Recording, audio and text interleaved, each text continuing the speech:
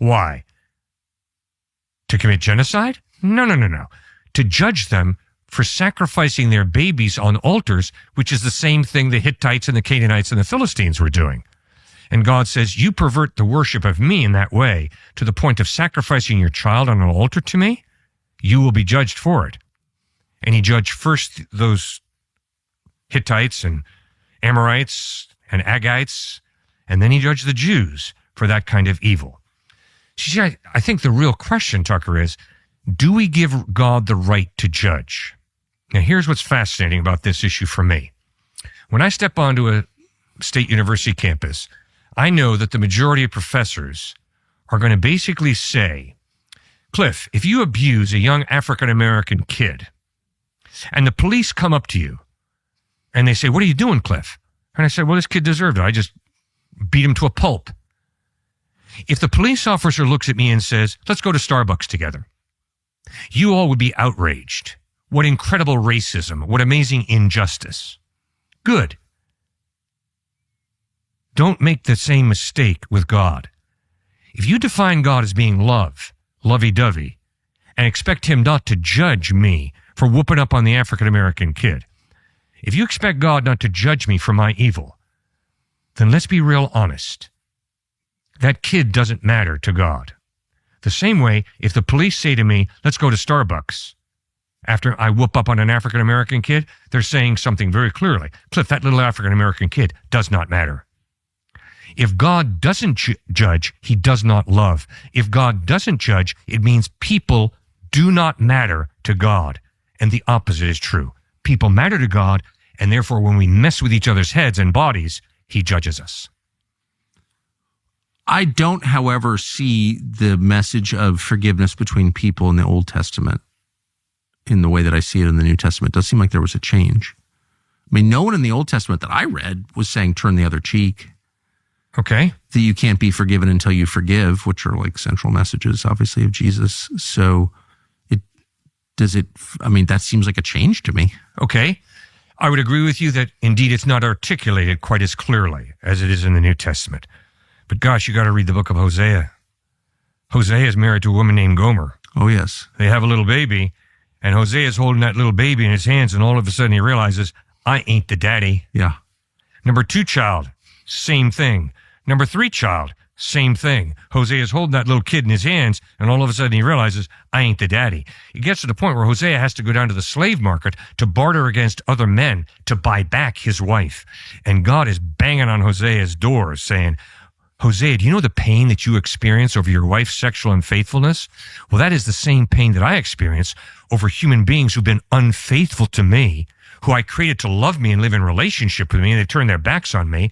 I am a suffering God. I hurt over that, but I am a gracious God who offers forgiveness. God's patience with a stubborn Israelite people is incredible. They deserved his wrath long before they got it at the hands of the Assyrians and Babylonians. So you think that they were required to forgive in the same way that Jesus required his disciples and followers to forgive? But it was not articulated as clearly. You're absolutely correct. It was not articulated as clearly, but the seeds of it are all there. I mean, God, when he confronts Adam and Eve in Genesis chapter 3 after their rebellion, God bless you. Oh, thank you. You are just the man to send a blessing of God to a sneezing podcast host. Thank you. So God is very gracious to Adam and Eve. God is very gracious to Cain after he kills his brother Abel. He doesn't wipe him out. He puts a mark on him and says, no, Cain, now you keep going through this thing called life. God is incredibly gracious to Abraham, who says to Pharaoh, this woman, Sarah, she ain't my wife, she's my sister, so of course you can take her to be part of your harem. He said that twice, two different cases. I was shocked by that and not impressed. I just got to be honest. Like, everyone loves Abraham, but what? What? Yeah, I know.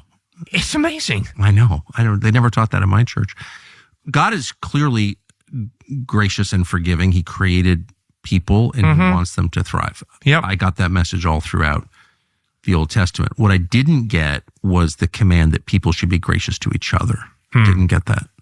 Whereas that is kind of at the heart of the New Testament. Yes. I don't see that in the Old, but I'm no scholar. I just read it once. No, but you're right. There is a lot more barbarism in the Old Testament. And I think a lot of that has to do with culture. I mean, let's be honest, Tucker. I don't think that you and I are talking to each other the way we are by accident. I think there are a lot of reasons. And I think one of the reasons is that you grew up where you did, and I grew up where I did.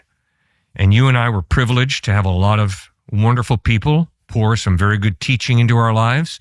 We grew up where respecting each other was valued. And I think you and I are the beneficiaries of that. For sure. I know I am. Yeah. I certainly am myself. But when you go into a different culture where there are not those kind of practices and good habits, I think that there's a lot of problems that start rising rather quickly. That is why I'm a lot more patient with people who grew up where dad was just a monger, just roasted his kids, Yep. was so cruel. I'm a lot more patient in understanding those people than those people who grew up in homes where they had a mom and a dad who really loved them and cared for them. Yes. So you think the culture changed? The culture that absolutely. we read about in the Bible? Yeah. Yes, correct. Big culture changes. Big. So the questions that you get from students in 2025, how are they different from the ones you got from students in 1980? There's an amazing similarity. The biggest difference is the emotional change. My dad grew up in Switzerland. When my dad was 18, he had a gun sitting up in the Alps as he watched Hitler's panzer divisions approach Switzerland. My grandpa was on the front lines with his gun. They didn't know whether those panzer divisions were to crash into Switzerland or not. The gossip is that Mussolini called Hitler and said, "My money's in Switzerland, let's not go into there." For whatever reason, those panzer divisions stopped and did not go into Switzerland. But that's what my dad had to deal with. Can I also say that the Swiss shot down American airplanes, a bunch of them? They shot down it.